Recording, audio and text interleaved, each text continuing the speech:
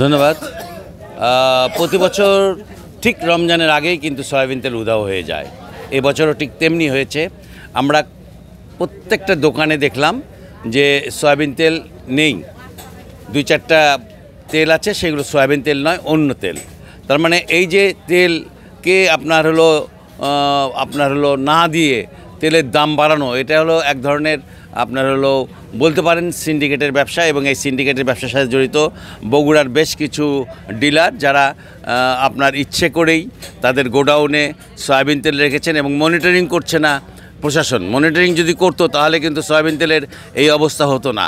আমরা কথা বলেছিলাম এক সয়াবিন তেলের ডিলারের সাথে। উনি বলছেন যে আমাকে অনেক পণ্য দিচ্ছে সাথে।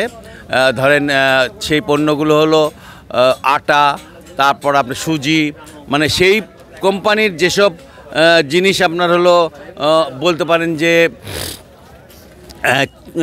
তৈরি হয়, সেইগুলো আপনার দিচ্ছে। এবং যেগুলো বিক্রি করতে পারলে পারে তারা সয়াবিন তেল দিবে, না হলে পারে, অর্থাৎ সয়াবিন তেল নিতে হলে পারে সেই পণ্যগুলো নিতে হবে।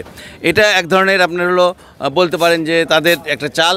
এবং এই চালের মধ্যে পড়ে গেছে বিক্রেতারা, ক্রেতারা সবাই। এখন সয়াবিন তেল না থাকায় একটু দুশ্চিন্তায় পড়েছেন। সয়াবিন তেল হবে খুব শিগগিরই, আমরা আশা করছি খুব শিগগিরই হয়তো সয়াবিন তেল আমরা পেয়ে যাব। সয়াবিন তেল কি আপনাদের দিচ্ছে না? না, আমাদের তেল পাচ্ছি না।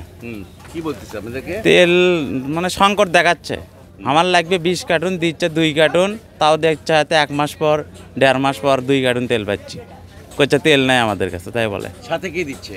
সাথে অনেক কিছু বলে, আটা লওয়া লাগবে, ময়দা লওয়া লাগবে, এটা সেটা লওয়া লাগবে, লিলা তাহলে তেল দেবো 2 কার্টুন 1 কার্টুন, এরকম মানে ও করে প্রস্তাব দুধুলে করে আমাকে।